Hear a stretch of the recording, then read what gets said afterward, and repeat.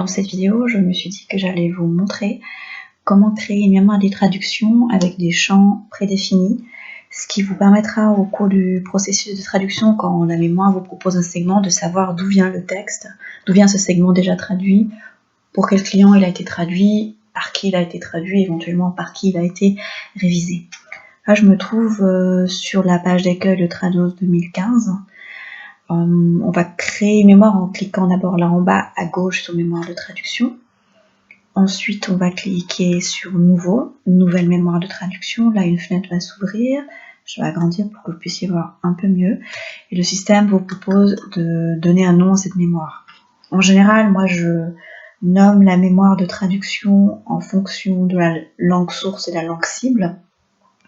Donc, on va supposer qu'on traduit un texte de l'allemand de Suisse vers le français de Suisse. Ensuite,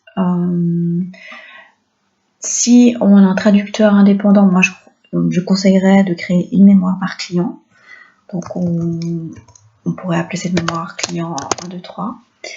Pour les traducteurs qui travaillent en interne dans une entreprise ou pour la confédération, ça dépend un peu des situations. Moi souvent j'ai travaillé dans des endroits où on avait simplement une mémoire par combinaison linguistique, donc une grosse mémoire allemand-français et une grosse mémoire anglais-français.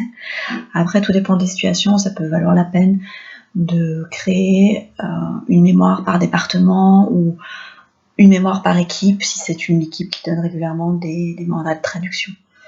Ensuite, on va aller cliquer là en bas et on va choisir allemand dans la langue source. Bon, c'est très petit sur mon ordinateur, donc vous n'allez pas avoir grand chose.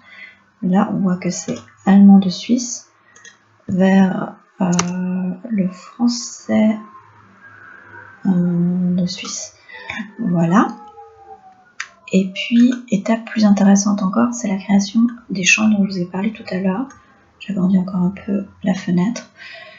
Donc, on va ajouter des champs personnalisés. Moi, en général, je crée toujours un champ document ou un champ source où je vais indiquer le titre du fichier que je suis en train de traduire. Il s'agit d'un champ textuel et j'autorise les valeurs multiples dans la mesure où on peut trouver une même phrase dans plusieurs documents. Ensuite, j'ajoute un champ d'abord un champ client ou département ou équipe, c'est aussi un champ textuel. Et j'autorise les valeurs multiples. Ensuite, j'ajoute un champ traducteur où j'indique qui a traduit le texte. J'autorise les valeurs multiples au cas où il y aurait plusieurs traducteurs qui travailleraient sur le même projet. Ça permettrait de savoir qui a traduit quel segment.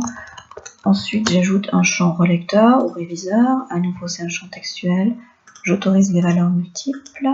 Et enfin, j'ajoute un champ un peu joker. Tout simplement, je mets les indications qui ne correspondent à aucune de ces 4 catégories. Ce champ joker, je l'appelle en général note. On peut l'appeler remarque, commentaire, divers. C'est aussi un champ textuel et j'autorise les valeurs multiples. Voilà. Donc, là, je clique sur terminer et ma mémoire a été créée.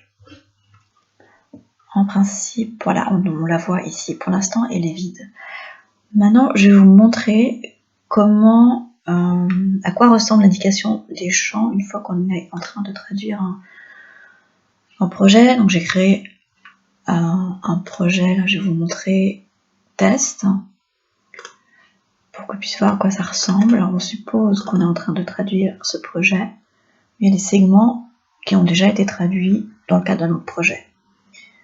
Donc, le fichier s'ouvre et là, on voit que, je vais agrandir un peu, voilà.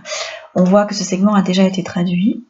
Là, ce sont les propositions de la mémoire. Je vais fermer cette fenêtre pour que vous voyez mieux. Voilà, et ici, on peut voir... Décidément, elle ne veut pas se fermer, cette fenêtre. Voilà, et donc ici, on peut voir que ce segment a déjà été traduit, donc c'est un 100% match, et il vient de tel document qui a été traduit pour le client ABC par moi-même. Voilà.